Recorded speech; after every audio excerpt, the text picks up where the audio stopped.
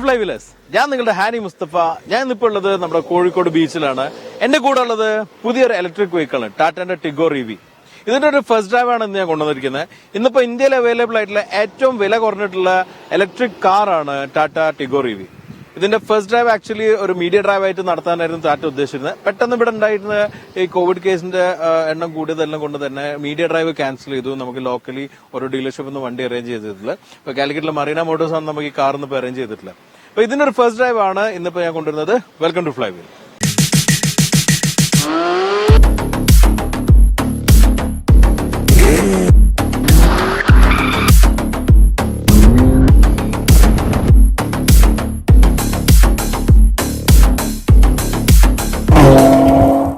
$11.99 ലക്ഷം മുതൽ 14 ലക്ഷം വരെയാണ് പുതിയ ടാറ്റ ടിഗോർ EVയുടെ വില വരുന്നത്.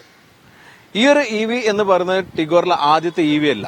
ടിഗോർ EV ആദ്യം വന്നിട്ടുണ്ടായിരുന്നു, പക്ഷെ അത് വളരെ ഒരു റേഞ്ച് എല്ലാം കുറഞ്ഞിട്ടുള്ള വളരെ ഇൻഫീരിയർ ആയിട്ടുള്ള ഒരു EV ആയിരുന്നു. എന്നാൽ ഇപ്പോഴത്തെ ഈ പുതിയ EV വന്നിരിക്കുന്നത് Ziptron വരുന്ന ടെക്നോളജിയോട് കൂടിയിട്ടാണ്.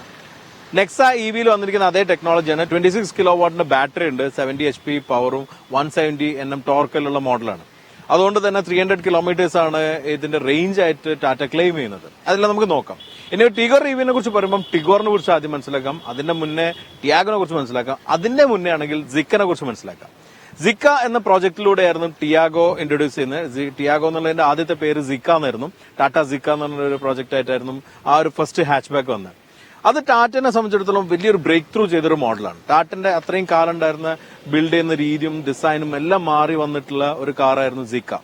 സിക്കന്റെ ഒരു എക്സ്പെർട്ട് പാനൽ ഉണ്ടായിരുന്നു. അതിൽ പല ആളുകളുണ്ട്, 5 മീഡിയക്കാർ ഇന്ത്യയിലുണ്ടായിരുന്നു. അതിലൊരു മീഡിയ പേഴ്സൺ ഞാനായിരുന്നു. അപ്പൊ അതുകൊണ്ട് തന്നെ അത് എന്തുകൊണ്ടാണ് സിക്ക അത്ര ഇമ്പോർട്ടന്റ് ആണെന്ന് എനിക്ക് മനസ്സിലാക്കാൻ പറ്റിയിട്ടുണ്ട്. കാരണം അവരുടെ പ്രൊഡക്ഷൻ രീതി മാറി, ഡിസൈനിങ് രീതി മാറി, അവരുടെ വെൻഡേഴ്സ് മാറി, കുറെ കാര്യങ്ങളിൽ ഒരുപാട് മാറ്റങ്ങൾ വരുത്തി, പാനൽ ഗ്യാപ്പ് എല്ലാം കുറച്ചു, ബിൽഡ് ക്വാളിറ്റി എല്ലാം വളരെയധികം ഇംപ്രൂവ് ചെയ്തിട്ടുള്ള മോഡലായിട്ടാണ് സിക്ക ഇൻട്രൊഡ്യൂസ് ചെയ്തിരുന്നത്.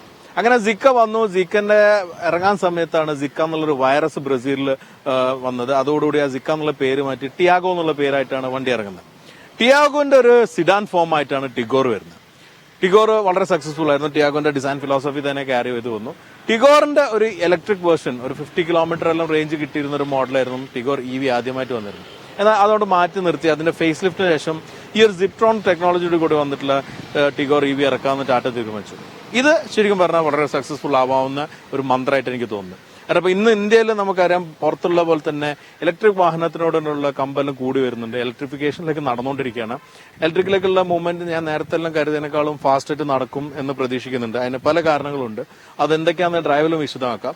അപ്പൊ അങ്ങനെയെല്ലാം വരുമ്പം നമുക്ക് അഫോർഡബിൾ ആയിട്ടുള്ള ഇലക്ട്രിക് കാറുകളാണ് കൂടുതൽ വേണ്ടത്. നേരത്തെ ഇലക്ട്രിക് കാർ ഇൻട്രൊഡ്യൂസ് ചെയ്യുന്നതെല്ലാം തന്നെ കുറച്ചുകൂടി ഒരു 40 lakhs റേഞ്ചിലല്ലായിരുന്നു, പിന്നെ 30. ഇപ്പതാ നമുക്കൊരു 12 ലക്ഷം റുപ്യന്റെ ഉള്ളിൽ വണ്ടി വരാന്ന് പറയുമ്പോൾ അഫോർഡബിൾ ആയിട്ടുള്ള റേഞ്ചിലേക്ക് എത്തി. ഇതായിരുന്നു ടാറ്റയുടെ ഒരു ലക്ഷ്യവും. ആ ലക്ഷ്യത്തിലേക്ക് ടാറ്റയ്ക്ക് എത്താൻ സാധിച്ച മോഡലാണ് ടിഗോർ EV. അപ്പൊ ടിഗോർ EVനെ കുറിച്ച് നമുക്ക് ഫുള്ള് മനസ്സിലാക്കാം. ടാറ്റയുടെ ഒരു പുതിയ ഡിസൈൻ ഫിലോസഫിയോട് കൂടിയിട്ടാണ് ടിഗോർ ഇൻട്രൊഡ്യൂസ് ചെയ്തത്. ഹ്യൂമാനിറ്റി ലൈൻ എന്നാണ് ഇതിന്റെ ഫേസൊക്കെ വരുന്നത്. ചിരിക്കുക എന്നുള്ള അർത്ഥത്തിലാണ് അത് മൂവ് ചെയ്യുന്നത്. ഹ്യൂമാനിറ്റി ലൈൻ നമുക്ക് ഹെക്സയിലും അതുപോലെ തന്നെ ഹാരിയറിലും അതിന്റെ ശേഷം ഇപ്പൊ സഫാരിയിലെല്ലാം കാണാം. പക്ഷെ ചെറിയ കാറുകളിൽ, അതായത് ഹാച്ച് ബാക്കിൽ വന്നിരിക്കുന്ന ടിയാഗോ, ടിഗോർ, അൾട്രോസിൽ വന്നിരിക്കുന്ന ഒരു ഹ്യൂമാനിറ്റി ലൈനിന്റെ ഒരു ഫേസ് ആണ് ഇവിടെ കാണുന്നത്. ഇതിൽ ഒരു ചെറിയ ഫേസ് ലിഫ്റ്റിന്റെ ശേഷം വന്നിരിക്കുന്ന കുറച്ച് എലമെന്റ്സ് ഉണ്ട്. എനിവേ ടിഗോർ EVയിൽ വന്നിരിക്കുന്ന എലമെന്റ്സ് നോക്കാം. ഇത് വന്നിരിക്കുന്ന ഗ്രില്ല് ഇങ്ങനെയുള്ള ഒരു കവേർഡ് ആയിട്ടുള്ള ഗ്രില്ലാണ്. ഇവിടെ EVയുടെ ലോഗോ വന്നിട്ടുണ്ട്. ബ്ലൂ ആക്സെന്റ്സ് ആണ് ഇതിന്റെ ഒരു ഐഡന്റിറ്റി ആയി നിൽക്കുന്നത്. അതെല്ലായിടത്തും കാണാം. ഇവിടെ ക്ലോസ്ഡ് ആണ്. ഇവിടെ താഴെ വന്നിരിക്കുന്ന എലമെന്റ് ആ ഒരു ടാറ്റ ഡിസൈൻ എലമെന്റ് ആയിട്ട് കൊടുത്തിട്ടുണ്ട്. ഇവിടെ നമുക്ക് കാണാം ഫോഗ് ലാമ്പും മറ്റുള്ള DRL എല്ലാം വന്നിട്ടുണ്ട്. ഈ ലൈറ്റിന് ചുറ്റുമായിട്ട് ആ ബ്ലൂ എലമെന്റ്സ് വന്നിട്ടുണ്ട്. കുറച്ചൊരു ഷാർക്ക് ഫിൻ പോലത്തെ ഒരു ഗ്രില്ലാണ് വന്നിരിക്കുന്നത്. കുറച്ച് ഉള്ളിലേക്ക് ഇൻസേർട്ട് ചെയ്യുന്ന രീതിയിലാണ്. ഇത്രയാണ് ഫേസിൽ വന്നിരിക്കുന്നത്. ഈ ലൈൻസ് എല്ലാം തന്നെ നമുക്ക് ടിഗോറിൽ പരിചിതമായിട്ടുള്ള ലൈൻസ് ആണ്. അപ്പൊ എന്തായാലും EVക്കുള്ള ചില എലമെന്റ്സ് ഉണ്ട്. നമ്മൾ നെക്സോണിൽ കണ്ടിരുന്നു. ആ എലമെന്റ്സ് തന്നെയാണ് ഇവിടെ ടിഗോർ EVയിലും വന്നിരിക്കുന്നത്. കോമ്പാക്ട് സിഡാനുകളിൽ പെടുന്ന ഒരു മോഡലാണ് ടിഗോർ EV.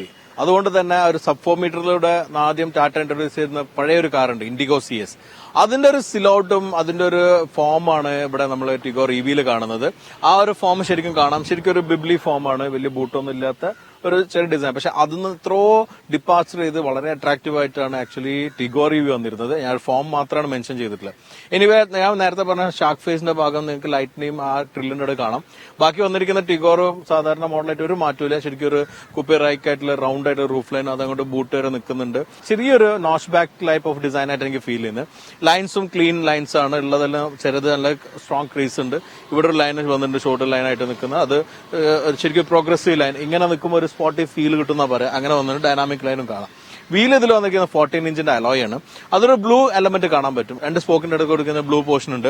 അതൊരു EV എലമെന്റ് ആണ്. EV എന്നുള്ള ലോഗവും ഇവിടെ കാണാം. ബാക്കിയെല്ലാം സിമിലർ ആയിട്ട് വന്നിട്ടുണ്ട്. റിയറിലും ആ ഒരു വീലിന്റെ ഡിഫറൻസ് നമുക്ക് കാണാനുള്ളൂ. പിന്നെ അത്യാവശ്യമുള്ള ക്രോം എലമെന്റ്സ് എല്ലാം തന്നെ കൊടുത്തിട്ടുണ്ട്. ഉള്ളതിൽ ഒരു പ്രീമിയം ഫീൽ കിട്ടുന്ന രീതിയിലാണ് ടാറ്റ ട്രീറ്റ്മെന്റ് കൊടുത്തിട്ടുള്ളത്. ടിഗോറിനായിട്ടും വലിയ ചേഞ്ച് അല്ല EVന്റെ സൈഡ് പ്രൊഫൈലും ഡിസൈനിലും വന്നിരിക്കുന്നത്. ടിഗോറിന് റിയറിലേക്ക് വരുമ്പോൾ ഞാൻ നേരത്തെ പറഞ്ഞ നോച്ച് ക്ലവാക്കിന്റെ പോലത്തെ ഒരു ഫീൽ ആണെങ്കിലും പക്ഷെ ഒരു ശരിക്കും ഒരു പ്രോപ്പർ സിഡാൻ തന്നെയാണ്. ഇത് ഒരു ബൂട്ടായിട്ട് നിൽക്കുന്നുണ്ട്. മേലെ ഒരു സ്പോയിലർ ഇൻക്ലൂഡ് ചെയ്തിട്ടുണ്ട്. മറ്റേ ഗ്ലാസിന്റെ ടോപ്പിൽ നിൽക്കുന്ന റൂഫ് ലൈനിന്റെ ഭാഗമായിട്ട് നിൽക്കുന്നതാണ്. അതിൽ സ്റ്റോപ്പ് ലൈറ്റ് വന്നിട്ടുണ്ട്. അത് അട്രാക്റ്റീവ് ആണ്. ഇവിടെ ലൈറ്റ്സ് എല്ലാം ക്ലിയർ ലെൻസ് കൊടുത്തിട്ടുണ്ട്. വൈറ്റ് ക്ലിയർ ലെൻസ് ആണ്. അതും അട്രാക്റ്റീവ് എലമെന്റ് ആണ്. Ziptron എന്നുള്ള ലോഗും EV എന്നുള്ള ലോഗും കാണാം. ബമ്പറിന്റെ താഴെയും ആ ബ്ലൂ ഇൻസേർട്സ് വന്നിട്ടുണ്ട്. അതും ഒരു EV എലമെന്റ് ആയി നിൽക്കുന്നുണ്ട്. സാധാരണ ഇന്നത്തെ കാലത്ത് എക്സോസ്റ്റ് ഒരു ഡിസൈനിന്റെ ഭാഗമാണ്. എക്സോസ്റ്റിന്റെ പലപ്പോൾ നമുക്ക് ഫേക്ക് എക്സോസ്റ്റ് എന്ന് പറഞ്ഞ ഡിസൈനിന്റെ ഭാഗമായി നിൽക്കും. അപ്പൊ അത് ഒഴിവാക്കിയിട്ട് അട്രാക്റ്റീവ് ആക്കാൻ വേണ്ടിയിട്ടാണ് ബ്ലൂ ലൈൻ കൊടുത്തിരിക്കുന്നത്. അത് നല്ല രീതിയിൽ ചെയ്യാൻ പറ്റിയിട്ടുണ്ട്. മൊത്തത്തിൽ ഒരു ബിബ്ലി ഡിസൈൻ ആണ് ടിഗോർ EVനുള്ള. ശരിക്കും ഒരു കോമ്പാക്ട് ഫീൽ കിട്ടുന്ന ഡിസൈൻ. ആ ഒരു ഫീല് നൽകുന്നതിൽ ടാറ്റ സക്സസ്ഫുൾ ആയിട്ടുണ്ട്. എന്തായാലും ഈ ഒരു പ്രൈസിൽ ഒരു EV കിട്ടുമ്പോൾ നമുക്ക് കോംപ്രമൈസ്ഡ് ആയിട്ടുള്ള ഒരു EV അല്ല എന്നുള്ളൊരു ഫീലാണ് എനിക്ക് കിട്ടുന്നത്. ശരിക്കും ഒരു ഗുഡ് ലുക്കിംഗ് കാർ എന്ന രീതിയിൽ തന്നെ കാണാം. അപ്പം ബോണ്ട് ഒന്ന് തുറന്നു നോക്കാം. എന്തായാലും ബോണ്ട് തുറന്ന ഒരു EV കാറിൽ എഞ്ചിൻ അല്ല ഉണ്ടാവുക, ഇലക്ട്രിക് മോട്ടറും അതിന്റെ എലമെന്റ്സ് ആണെന്നുള്ളത് നമുക്ക് എല്ലാവർക്കും അറിയാവുന്ന കാര്യമാണ്. ചില വണ്ടികൾക്ക് ഇവിടെ ബാറ്ററി വെക്കാറുണ്ട്. പക്ഷെ ഇന്നിപ്പോ ഇന്ത്യയിലാണെങ്കിൽ ഇവിടെ വന്നിരിക്കുന്ന ഇലക്ട്രിക് മോട്ടറും അതിന്റെ കൺട്രോൾ യൂണിറ്റും എല്ലാം. അപ്പൊ മാക്സിമം സ്പേസ് യൂട്ടിലൈസ് ചെയ്ത് പോയിട്ടുണ്ട്. അതുകൊണ്ട് തന്നെ നമുക്ക് ആ ഒരു ഡിസൈനിൽ വേറെ മാറ്റമൊന്നും വരുത്താതെ തന്നെ ടാറ്റയ്ക്ക് ഈ ഒരു വണ്ടി ഉപയോഗിക്കാൻ പറ്റി. ഈ ഒരു ബോഡിയും ഫ്രെയിമും ഷാസിയെല്ലാം ഒന്നും ഉപയോഗിക്കാൻ പറ്റി. EV Ziptron എന്നാണ് ഞാൻ പറഞ്ഞ പോലെ ഈ ഒരു EVയുടെ പേര്. അതുകൊണ്ട് ഇവിടെ കാണാൻ പറ്റുന്നുണ്ട്. ഞാൻ നേരത്തെ പറഞ്ഞ 26 കിലോവാട്ടിന്റെ ബാറ്ററിയാണ്. അപ്പൊ അത് ഫുൾ ചാർജ് ചെയ്ത് കഴിഞ്ഞാൽ 300 കിലോമീറ്റർ റേഞ്ച് പറയുന്നത്. അത് പ്രാക്ടിക്കലി എങ്ങനെ കിട്ടുന്നുണ്ടെന്നുള്ളത് നമുക്ക് ഇന്നിപ്പോ നോക്കാൻ പറ്റില്ല. ഇന്നൊരു ഫസ്റ്റ് ഡ്രൈവ് മാത്രമാണ്. ഇന്നത്തെ എക്സ്പീരിയൻസ് ഞാൻ ഷെയർ ചെയ്യാം. പക്ഷെ നമുക്ക് ഒരു നെക്സോണിന്റെ ഒരു എക്സ്പീരിയൻസ് വെച്ച് പറയുമ്പോൾ എനിക്ക് അറിയുന്ന പലരും നെക്സോണിന്റെ റേഞ്ച് വരുന്നത് 260 270 വരെ കിട്ടുന്നുണ്ടെന്നുള്ളതാണ്. എന്തായാലും നല്ല രീതിയിൽ 220 230 ആവറേജിൽ എന്തായാലും കിട്ടുന്ന ഒരുപാട് ആൾക്കാരുണ്ട്. ഇതും നമുക്ക് അത്ര തന്നെ എക്സ്പെക്ട് ചെയ്യാൻ പറ്റും. അതിനൊരു കാരണമുണ്ട്. ഞാൻ ഡ്രൈവിൽ പറയാം. എന്തായാലും 70 HP പവറും 170 Nm ടോർക്കും ഉണ്ട്. അതും ശരിക്കും എഫക്റ്റിൽ മനസ്സിലുണ്ട്. ഗിയർ ബോക്സ് ഇല്ല, ഡ്രൈവ് സെലക്ഷൻസ് ഉണ്ട്. അതെങ്ങനെയാണെന്നുള്ളത് നോക്കാം.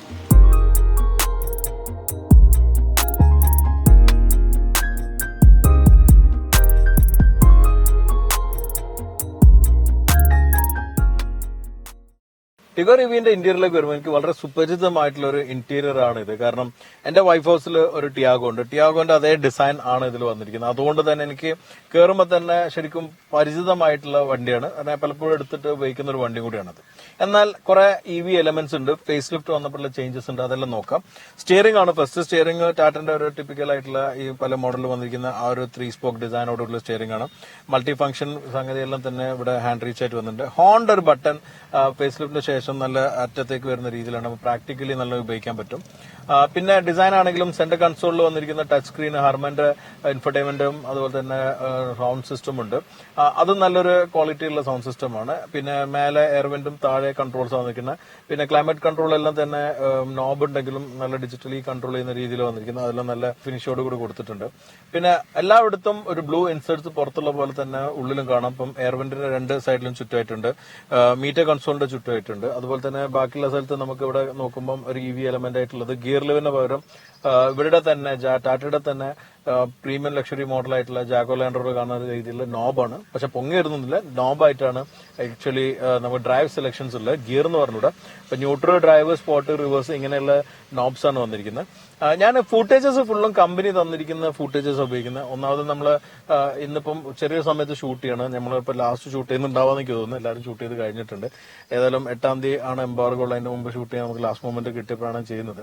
അപ്പം ആ ഒരു ഇതുള്ളതുകൊണ്ട് നിങ്ങൾക്ക് കാണുമ്പോൾ തന്നെ മനസ്സിലാവും ഡിഫറൻസ് തോന്നും വണ്ടിയിൽ. പക്ഷെ ഇതാണ് അറേഞ്ച്മെന്റ്സ് ആയിട്ട് വന്നിരിക്കുന്നത്. ഇനി ഇന്റീരിയറിനെ കുറിച്ച് പറയുമ്പോൾ ഇതിന്റെ ഒരു ചെറിയതാണെങ്കിൽ കൂടി ഒരു സ്പേഷ്യസ് ആയിട്ടുള്ള ഒരു ഇന്റീരിയർ ആണ് ടിഗോറിലുണ്ടായിരുന്നു. അത് പ്രത്യേകിച്ച് ഫ്രണ്ട് സീറ്റിൽ അത്യാവശ്യം നല്ല സ്പേഷ്യസ് ആണ്, നല്ല സപ്പോർട്ടീവ് സീറ്റാണ്, നല്ല കുഷനി ആയിട്ടുള്ള സീറ്റുമാണ്.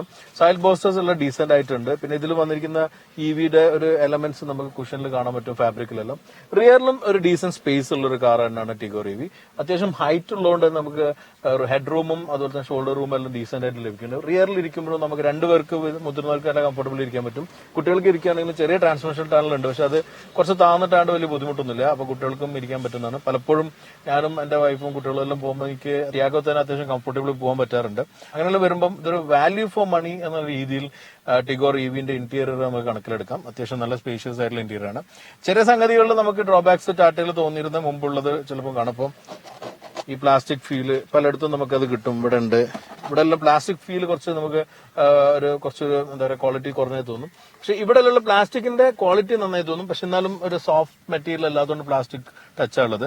സ്റ്റിയറിംഗ് പിടിക്കുമ്പോഴും നല്ല ഹോൾഡും കാര്യങ്ങളുണ്ട്, പക്ഷെ എന്നാലും ആ ഒരു എവിടേക്ക് ഒരു പ്ലാസ്റ്റിക്കിന്റെ എലമെന്റ്സ് നിൽക്കുന്നുണ്ട്. നോബിലെല്ലാം തന്നെ ആ ഒരു പ്ലാസ്റ്റിക് ഫീൽ ലഭിക്കുന്നുണ്ട്. അപ്പൊ ആ ഒരു എലമെന്റ്സ് മാറ്റി നിർത്തി കഴിഞ്ഞാൽ നല്ലൊരു സ്പേഷ്യസും ആയിട്ടുള്ള വെൽ ബിൽഡ് ആയിട്ടുള്ള വാല്യൂ ഫോർ മണി ആയിട്ടുള്ള ഒരു ഇന്റീരിയർ ആണ് ടിഗോറിന്റെ ഇവിയിലും ലഭിക്കുന്നത്. അപ്പം ആ സെയിം ഇന്റീരിയർ തന്നെയാണ് ടിഗോറും മോഡലുള്ള. ഈ ബ്ലൂ എലമെന്റ്സും ഇൻസെർട്സും മാത്രം മാറ്റി വെച്ച് കഴിഞ്ഞാൽ സെയിം ഇന്റീരിയർ തന്നെയാണ് എല്ലാത്തിലും കാണുന്നത്. ഓക്കെ, ബാക്ക് ഞാൻ ഒന്ന് ഇരുന്ന് കാണിക്കാം. എന്തായാലും ഇരുന്ന് കഴിഞ്ഞാൽ കുറച്ചൊരു പൊങ്ങിയിട്ടുള്ള പൊസിഷൻ ആയതുകൊണ്ട് തന്നെ നമ്മൾ പണ്ട് അംബാസഡറിലെല്ലാം പറയുന്ന ഒരു ഫീൽ ഉണ്ട്. കുറച്ച് പൊങ്ങിയിരിക്കുമ്പോൾ പുറത്തേക്കുള്ള വ്യൂ നന്നായി കിട്ടുന്നുണ്ട്. നല്ലൊരു തൈ സപ്പോർട്ട് ഉണ്ട്. ഇത്രയൊരു കുറവുള്ളൂ, 2 വിരലിന്റെ കുറവാണ് എനിക്കുള്ളത്, 2.5 വിരലിന്റെ കുറവുണ്ടാവും. പിന്നെ കാല് ഉള്ളോട്ട് വെക്കാൻ പറ്റുന്നുണ്ട് ഫ്രണ്ട് സീറ്റിന്റെ അടിയിൽ. അപ്പൊ അതുകൊണ്ട് അത് അധികം പ്രശ്നമില്ലാതെ നമുക്ക് കാല് നിർത്തി വെക്കാൻ പറ്റുന്നുണ്ട്. പിന്നെ ഹെഡ് റൂം ഞാൻ നേരത്തെ പറഞ്ഞ ഇത്രയുണ്ട്. ഷോൾഡർ റൂം ഉണ്ട്. 2 പേർക്ക് എന്തായാലും കംഫർട്ടബിൾ ഇരിക്കും. ഇവിടെ ഒരു കുട്ടി ഇരിക്കുകയാണെങ്കിൽ കുട്ടിക്ക് നല്ല സീറ്റാണ്, പൊങ്ങി നിൽക്കുന്നില്ല, അതുകൊണ്ട് നല്ല സീറ്റാണ്. ഇവിടെ ഇത്രയൊരു ട്രാൻസ്മിഷൻ ആണല്ലോ ഹൈറ്റ്. അപ്പൊ അതുകൊണ്ട് അതും അത്യാവശ്യം കംഫർട്ടബിൾ ഇരിക്കാം. സോ മൊത്തത്തിൽ ഒരു നല്ല സീറ്റിംഗ് അറേഞ്ച്മെന്റ് ആണ് ടിഗോറിൽ ഇവിയിലും വന്നിരിക്കുന്നത്.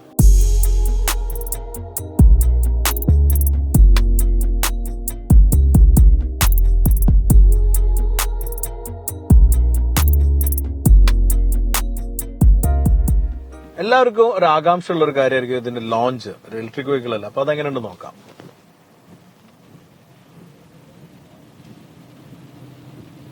ഇതിപ്പോ ഞാൻ വളരെ ടോട്ടൽ അമർത്തി പിടിച്ചിട്ട് പോണ നോർമൽ മോഡാണ്. ബിൽഡ് ചെയ്ത് വന്നു. മൈൽഡായിട്ട് ഉള്ള ഒരു എക്സലേഷൻ കണ്ടിട്ടില്ല. പക്ഷെ നമുക്കത് സ്പോർട്ട് മോഡൽ എങ്ങനെ ഉണ്ടെന്ന് നോക്കാം. ഞാൻ ഡ്രൈവ് തന്നെ സ്പോർട്ടിലേക്ക് മാറ്റി കഴിഞ്ഞാൽ ആ ഡിഫറൻസ് ശരിക്കും അറിയുന്നുണ്ട്. സ്പോർട്ട് മോഡല് ആ ഡിഫറൻസ് അറിയുന്നുണ്ട്. നിർത്തിയിട്ട് കൂടെ ലോഞ്ച് ഒന്ന് നോക്കാം. Sport model launch much better than drive mode. Normal മോഡിനേക്കാളും മച്ച് ബെറ്റർ ആണ്. വാവ്. ഇനി നമുക്ക് റിയൽ എക്സ്പീരിയൻസ് നോക്കാം. ഇവി അഥവാ ഇലക്ട്രിക് വെഹിക്കിൾ എന്ന് പറഞ്ഞാൽ എപ്പോഴും നമ്മൾ കണക്കിലെടുക്കാറില്ല, അല്ലെങ്കിൽ ഇന്നിപ്പോ നമുക്കൊരു വേവലാതില്ല, എപ്പോഴും റേഞ്ചാണ്. അപ്പൊ ഞാൻ ഇന്നിപ്പോ വണ്ടി എടുക്കുമ്പോൾ അത് ഫുൾ ചാർജ് ആയിരുന്നില്ല. എനിക്ക് വണ്ടി കയ്യിൽ കിട്ടുമ്പം 54% ചാർജ് ഉണ്ടായിരുന്നത്. അപ്പം ആ ഒരു ചാർജിൽ തന്നെ 144 കിലോമീറ്റർ ആയിരുന്നു റേഞ്ച് കാണിച്ചിരുന്നത്. അതിന്റെ ഫോട്ടോ ഞാൻ ഇവിടെ ഷെയർ ചെയ്യുന്നുണ്ട്.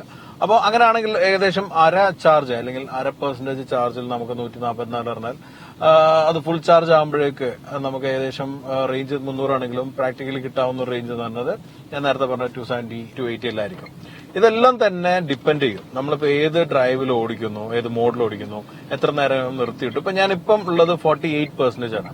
ഇതെന്ന് പറയുന്നത് ഞാൻ ഇപ്പൊ ഇത്രയും ഡ്രൈവ് ചെയ്ത് വന്നു, അതിന്റെ ശേഷം നമ്മൾ നിർത്തിയിട്ട് കുറച്ച് ഷൂട്ട് ചെയ്തു. ആ സമയത്ത് നിർത്തിയിട്ട സമയത്തുള്ള എസിയും കാര്യങ്ങളും വർക്ക് ചെയ്തതുണ്ട്. ഇടയ്ക്ക് സമയത്ത് ഞാനൊന്ന് സ്പോർട്ട് മോഡിലിട്ട് ഓടിച്ചിരുന്നു.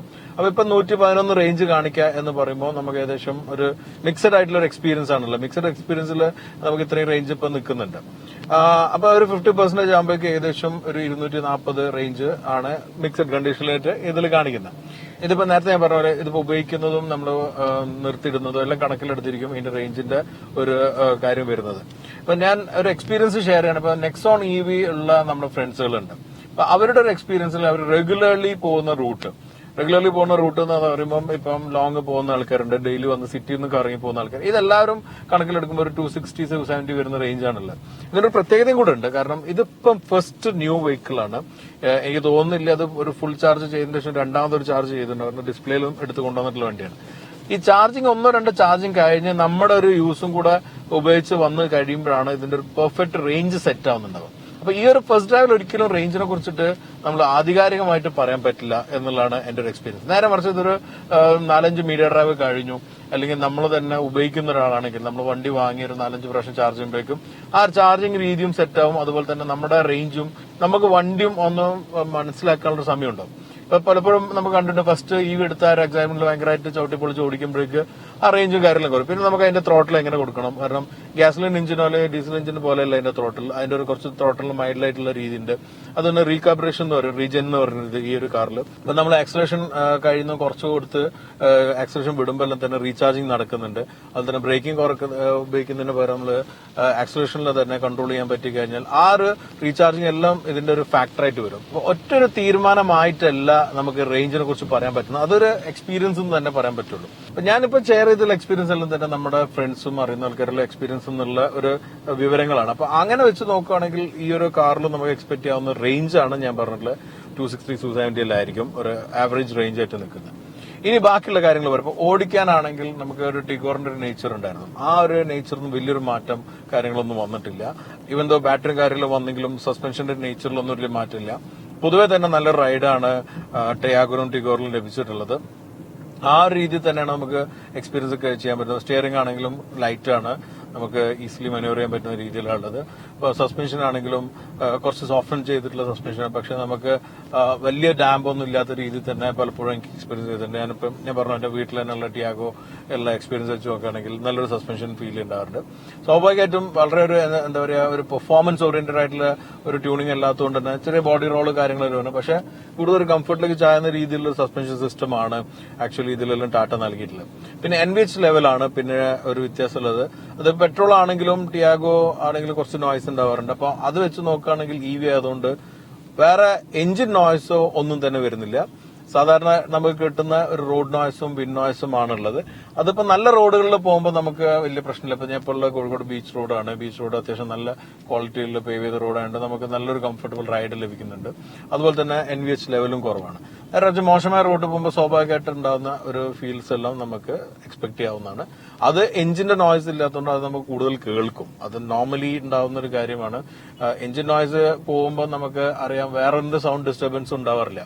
ഇപ്പൊ തന്നെ പല കാറുകളിലും നമുക്ക് നോയ്സ് ക്യാൻസലേഷൻ ചെയ്യുന്ന റീപ്രൊഡ്യൂസ് ചെയ്തിട്ടാണ്, വേറെ നോയ്സ് റീപ്രൊഡ്യൂസ് ചെയ്തിട്ടാണ്. അപ്പൊ ആ ഒരു റീപ്രൊഡ്യൂസ് ചെയ്യുന്ന നോയ്സ് നമ്മുടെ ചെവിന്റെ ഉള്ളിൽ വരുമ്പോഴാണ് നമുക്ക് ആവശ്യമില്ലാത്ത സൗണ്ടുകൾ കേൾക്കുന്ന കുറയുന്നത്. മറ്റേ നമ്മൾ വെറുതെ ഒന്നുമില്ലാതിരിക്കുമ്പോൾ ഒരു വാക്യൂം സ്പേസിൽ ഉണ്ടാവും. അപ്പൊ സാധാരണ പലപ്പോഴും പറയാറുണ്ട് നമ്മൾ വളരെ ക്വയറ്റ് ആയിട്ടുള്ള ഇന്റീരിയർ കാർ കാണിക്കുമ്പോൾ ചിലപ്പോൾ സൗണ്ട് കേൾക്കാറുണ്ട് എന്ന് പറയും. ആ സൗണ്ട് എന്ന് പറയുന്നത് നമ്മളൊരു വാക്യൂം സ്പേസിൽ ഉണ്ടാകുന്ന ഒരു എയറിന്റെ ഒരു സൗണ്ടാണ്. ആ സൗണ്ടാണ് ഇതിലൂടെ കേൾക്കുന്നത്, മൈക്കിലൂടെ. നമുക്ക് ശരിക്കും ഇവിടെ വണ്ടിയിലിരിക്കുമ്പോൾ ആ വോയിസ് കേൾക്കുന്നുണ്ടാവില്ല. അപ്പൊ അങ്ങനെ വരുന്ന ആ ഡിഫറൻസ് എല്ലാം ഞാൻ നേരത്തെ പറഞ്ഞ ഈ ഒരു റോഡ് നോയ്സിലും കാര്യത്തിലും ചിലപ്പോൾ അങ്ങോട്ട് കേൾക്കാൻ ചാൻസ് ഉള്ളത്. പിന്നെ പൊതുവെ ഞാൻ പറഞ്ഞിട്ടുണ്ട് ഇന്നത്തെ ടാറ്റ കാസിൽ നമ്മൾ കണ്ടിട്ടുള്ള ഒരു കാര്യം ബിൽഡും എഞ്ചിനീയറിംഗും ബെറ്ററായി വന്നിട്ടുണ്ടെന്നാണ്. പക്ഷെ there is space for improvement. പല സ്ഥലത്തും നമുക്ക് ഇംപ്രൂവ്മെന്റ് ഫീൽ ചെയ്യാവുന്ന അല്ലെങ്കിൽ സ്പേസ് ഉള്ള ഒരു കാര്യം ആണ് എനിക്ക് തോന്നിയിട്ടുള്ളത്. അത് എന്തായാലും ടാറ്റയ്ക്ക് ചെയ്യാൻ പറ്റുന്നതാണ്, ടാറ്റ ചെയ്തു വരുന്നുണ്ട്. അപ്പൊ അത് നമുക്ക് ഇതിലും എക്സ്പെക്ട് ചെയ്യാം. വൺ തിങ് ഫോർ ഷുവർ, ഇന്നിപ്പോ നമുക്കറിയാം ഇലക്ട്രിക്കിലേക്ക് മാറുമ്പോൾ എസ്പെഷ്യലി സിറ്റിയിലുള്ള ആളുകൾ, ഒരു ലിമിറ്റഡ് യാത്രകളുള്ള ആളുകളാണെങ്കിൽ നമുക്ക് അറിയാം നമ്മൾ എങ്ങനെയാണ് നമ്മുടെ റൂട്ടീൻസ് അറിയുന്ന ആളുകൾക്ക് EV നല്ലൊരു ഓപ്ഷനാണ്. അപ്പൊ ഞാൻ നേരത്തെ നമ്മുടെ ജാഗോർ I-Pace അതുപോലെ തന്നെ റീസെന്റ് ഓഡി e-tron എല്ലാം ഞാൻ പറഞ്ഞൊരു കാര്യമുണ്ട്. നമ്മൾ ഡെയിലി റൂട്ടീനിൽ രാവിലെ ചാർജ് ചെയ്തിട്ട് ഇറങ്ങി നമുക്കറിയാം ഇന്ന് ഇത്ര കിലോമീറ്റർ ഓടുന്ന ഒരാളാണ്, കൂടിപ്പോയാൽ എക്സ്ട്രാ എത്ര ഓടും. അപ്പൊ നമുക്കൊരു പ്രിഡിക്റ്റഡ് യാത്ര ആണെങ്കിൽ നമുക്ക് EVനെ കൊണ്ട് ടെൻഷൻ ഇല്ല. അതല്ലാത്ത സിറ്റുവേഷൻ വരുമ്പോൾ പലപ്പോഴും നമുക്ക് ഇൻഫ്രാസ്ട്രക്ചർ ഇല്ലാത്തതുകൊണ്ട് EV ഒരു ചാലഞ്ച് ആയിട്ട് നിൽക്കാറുണ്ട്. പക്ഷെ അതിലേക്കാണ് ഞാൻ നേരത്തെ പറഞ്ഞ മാറ്റങ്ങൾ പെട്ടെന്ന് സംഭവിക്കാം എന്നുള്ളത് എനിക്ക് മനസ്സിലായില്ല. കാരണം നേരത്തെ മൊബൈൽ റെവല്യൂഷൻ വന്ന സമയത്ത് മൊബൈലിന്റെ ഏറ്റവും വലിയ ചാലഞ്ച് നെറ്റ്വർക്ക് ഇല്ലാത്തതായിരുന്നു. അപ്പൊ അത് പ്രൊവൈഡ് ചെയ്യാൻ ടവർ കമ്പനീസ്, വേറെ തന്നെ കമ്പനികൾ വന്നു, അവർ ടവറുകൾ ഉണ്ടാക്കിക്കൊണ്ടിരുന്നു. അപ്പൊ ടവറിന്റെ ക്ഷാമം ഇല്ലാതായി മാറി. അതേപോലെ ഇൻഫ്രാസ്ട്രക്ചർ ഈ പ്രൈവറ്റൈസേഷന്റെ ഭാഗമായിട്ട് വരുവാണെങ്കിൽ, ഗവൺമെന്റ് തന്നെ ചെയ്യണമെന്നില്ല, അങ്ങനെ കമ്പനീസ് വരുവാണെങ്കിൽ ഇൻഫ്രാസ്ട്രക്ചറും ഡെവലപ്മെന്റും നടന്നു കഴിഞ്ഞാൽ പിന്നെ നമുക്ക് ഈ ഒരു ചാലഞ്ചസ് ഒഴിവായി കിട്ടും. എന്തായാലും ആ കാലത്തേക്ക് നമുക്ക് വെയിറ്റ് ചെയ്യാം. ഈ ഒരു ടിഗോർ EVന്റെ ഫസ്റ്റ് ഡ്രൈവ് ആണിത്. ഒരു ലോങ് ഡ്രൈവോ അല്ലെങ്കിൽ ഒരു റേഞ്ച് ഡ്രൈവോ ഒന്നുമല്ല, അതിന് നമുക്ക് പിന്നീട് ഒരിക്കലും ചെയ്യാം. ഈ ഫസ്റ്റ് ഡ്രൈവ് ഇഷ്ടപ്പെടുന്നതായിരുന്നു. ഈ വീഡിയോ നിങ്ങൾ ലൈക്ക് ചെയ്യണം, ഷെയർ ചെയ്യണം. അതുപോലെ തന്നെ ഇനിയും നമ്മുടെ ചാനൽ സബ്സ്ക്രൈബ് ചെയ്യണം, സബ്സ്ക്രൈബ് ചെയ്യുക. അടുത്ത തവണ വേറെ EV ആയിട്ട് കാണുന്നവരെ stay safe and enjoy drive.